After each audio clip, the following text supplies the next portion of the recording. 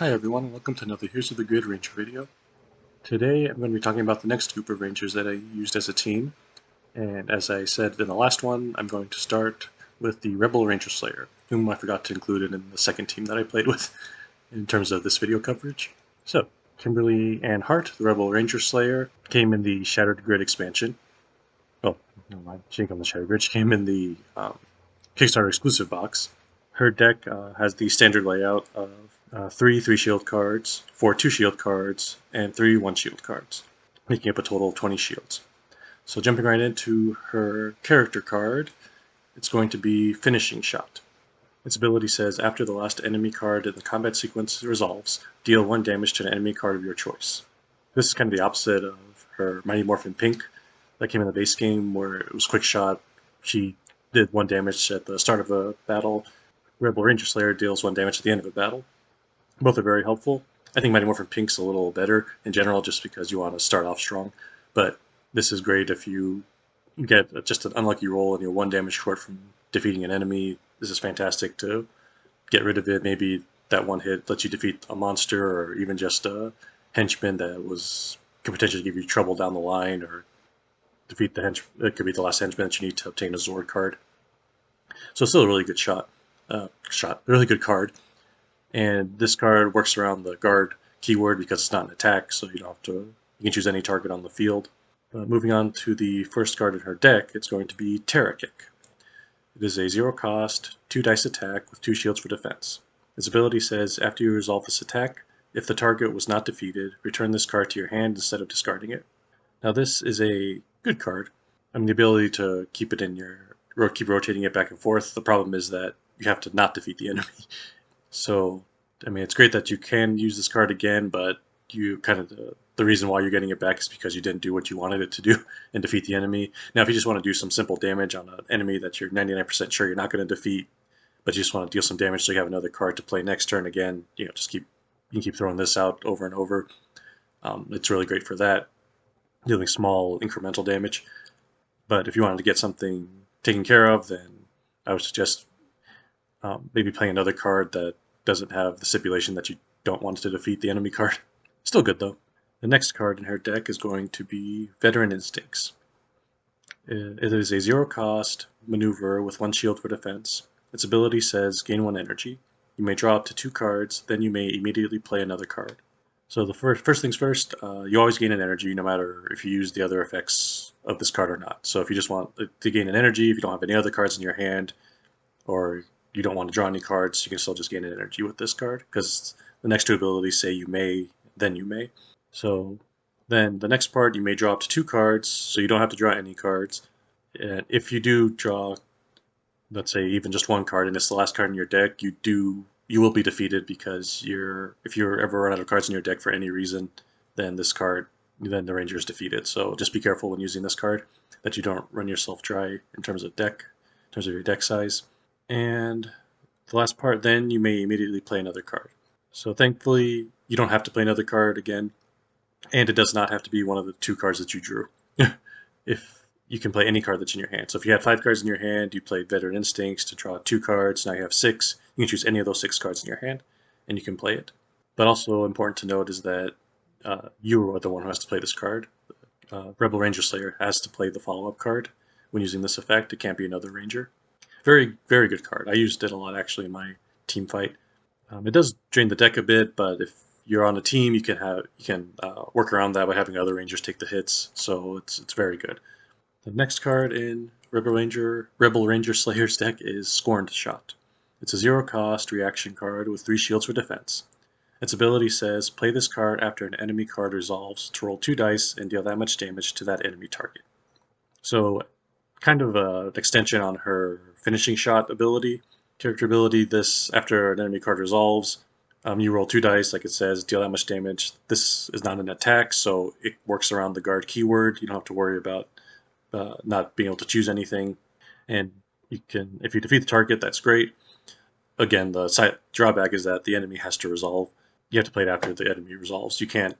Some cards in the game let you play it on enemy cards that have already resolved, but this one you have to play it right after the enemy card resolves. So you can't save it you can't use it on a card that resolved 2 yeah, enemy turns ago. So just keep that in mind. It's very important to keep in terms of rule stipulations. Unfortunately, you cannot add dice to this attack with cards like Tyrannosaurus or any card that adds dice to an attack, because this is not an attack. So the thing that makes it great to get around the guard keyword also means you can't power it up with the majority of cards that add dice in this game.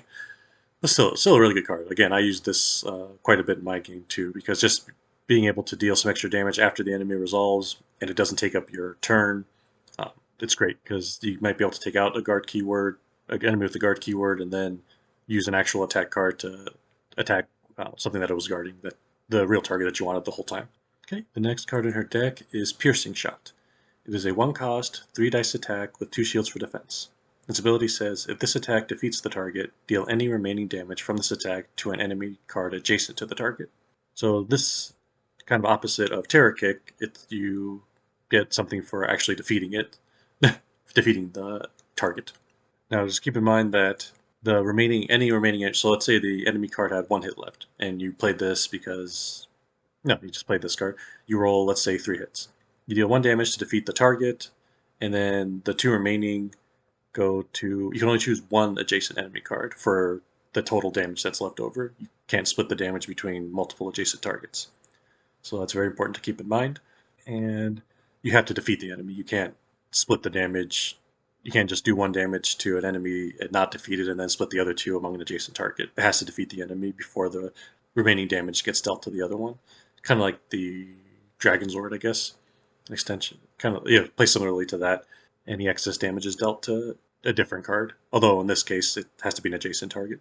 All right, very good card. I actually used it a couple times in my game. Like, Rebel Ranger Slayer is actually really good. I'm just gonna, a spoiler alert, up ahead. Not that any Ranger's ever, been terrible for me, but I mean, I actually got a lot more mileage out of her than I thought I was going to. The next card is everybody's favorite, Blade Blaster. It's an X-cost special attack with 1 shield for defense. Its ability says this attack deals an amount of damage equal to the amount of energy spent to play this card. You may divide this damage among any number of targets. So just like all the other Blade Blasters, both from the Mighty Morphin team and from the Hyperforce team, it's exactly the same. You cannot choose an enemy card with the guard keyword when choosing targets for this attack. And yeah, it's just Blade Blaster. If you go watch you can see any of the other many videos I have that, well, I guess I say many, but I guess it is quite a few with the Mighty Morphin team. They all have Blade Blaster, so lots of Rangers I've already covered this in other videos. So if you want a slightly more detailed explanation of this card, feel free to watch those. But it's still a good card, I'm not going to lie. Blade Blaster is good, it's just I don't want to go into detail about it. Finally, her power weapon is the Bow of Darkness, a 3-cost, 5 damage attack with 3 shields for defense. Its ability says ignore the guard keyword when choosing a target for this attack. So kind of a reflection of her power bow in her Mighty Morphin pink form. The Rebel Ranger Slayer does not get to do as much damage as Mighty Morphin Pink can, but it does a guaranteed 5 damage, which if you're on average, you're probably gonna not roll 5 damage when you're doing Mighty Morphin Pink without, either re-rolling or adding extra dice to it. Just like Mighty Morphin Pink, you can ignore the guard keyword, so any enemy card is viable, unless there's some enemy card text that says you cannot choose this target for an attack for some reason, for some other reason, besides the guard keyword.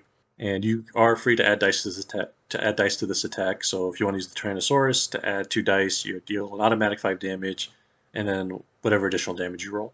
And then you can re-roll those 2 dice if you want to with other abilities like Jason's Leadership. So very good card. I only got to use this actually like once. I never really drew it in my game, so I really like just a side note here that it's the Bow of Darkness, play off the Sword of Darkness.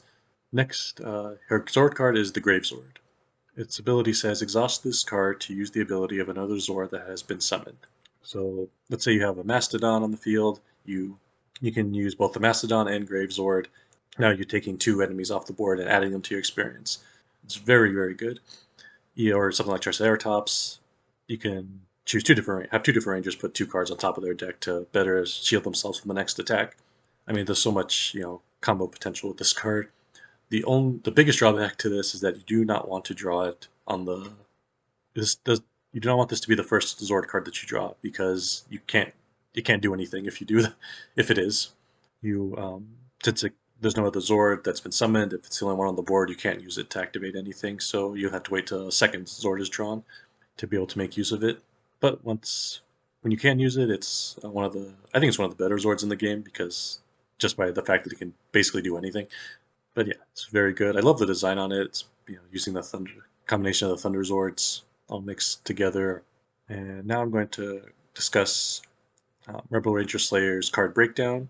She has 2 copies of Terror Kick, 2 copies of Veteran Instincts, 2 copies of Scorn Shot, 2 copies of Piercing Shot, 1 copy of Blade Blaster, and 1 copy of Bow of Darkness. So, unlike Mighty Morphin Pink, Rebel Ranger Slayer is not as much of an energy provider as she is when she's Mighty Morphin Pink.